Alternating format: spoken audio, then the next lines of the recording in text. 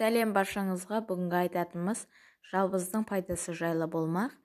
Егер сіздерге ақпарат қызықты болса, арнама тіркеліп лайк басуды ұмытпаңыздар. Ең алдымен, жалбыз қандай өсімдік? Жалбыз ерінгүлділер тұқымдастығына жататын көп жылдық тамыр сабақты хош иісті өсімдік. Емдік қасиеттері де бар. Қазақстанда жалбыздың 9-10 түрі өседі. Сабағы тік, жапырақтары қарама-қарсы орналасады. Биіктігі 80-100 см. Сабағы 4 қырлы, күрең күлгін түсті. Жапырақтарын саусақпен уқалағанда жағымды иіс шығады. Себебі онда 5% эфир майы болады. Маусым мен тамыз айларында гүлдейді. Жалбыздың емдік қасиеттеріне тоқталатын болсақ, жалбыздың емдік қасиеті ертеден мәлім. Тіпті халық арасында бұл өсімдік 101 ауруға ем деген сөз бар. Жалбыз өсімдігінің құрамында адам ағзасына пайдалы заттар мол. Жалбызды ата-бабамыз жиі пайдаланған.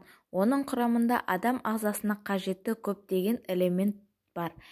Емдік мақсатта жалбыздың жапырақтарының қолданған. Оның жапырақтары тұнба ретінде пайдаланған. Жалбыз асқазан ауруы, ұйқысыздық және іш ауруы кезінде таптырмайтын ем. Ол ас қорыту жүйесін жақсартады. Табиғи антисептик болып саналатын жалбыздың барлық түрлері пайдалы. Қазіргі таңда жалбыз шайы тұмау, етеккірдің дұрыс келмеуі кезінде жақсы көмектеседі. Сондай-ақ іш өткен кезде ем болады.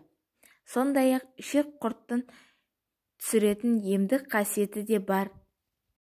Сонымен қатар қан қысымы жоғары адамдар мен кішкентай бүлдіршіндерге жалбызды пайдалануға болмайды.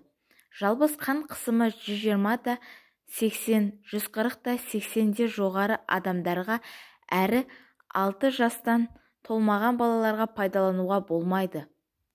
Препарат артроз, артрит аурулары кезінде күніне бір уақыт кепкен жалбыздың суға салып шомылу керек. Буын ауруларын емдеуге пайдасы өте зор. Жүрек ауруына таптырмас ем. Жалбыздың жапырағы жүрек ауруына ем. Сондай-ақ оның бүйрек пен бүйрек түбекше, бауыр мен бауыр жолының қабынуына қарсы қолданады. Демікпені де емдейді. Халық арасында жалбыз ұнтағын бал арасына сары майға араластырып қолданса, демікпе сырқатын жазып, тыныс алу жолдарын тазартады деген сенім бар.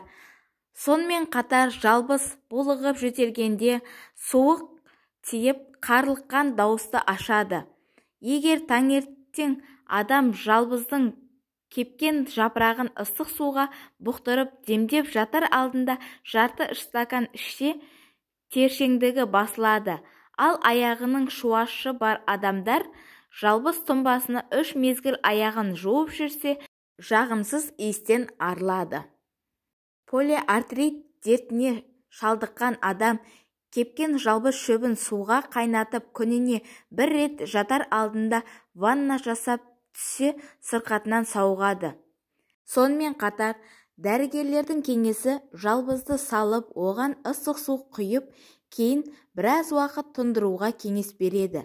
Олардың айтуынша мұндай шайды кешке басы жиі ауыратын адамдар ішуі керек екен. Осылайша жалбыз ауруды басып, ұйқыны қалыпқа келтіреді. Сіздерге айтылған ақпарат ұнаған болса, арнама тіркеліп лайк басуды да ұмытпаңыздар.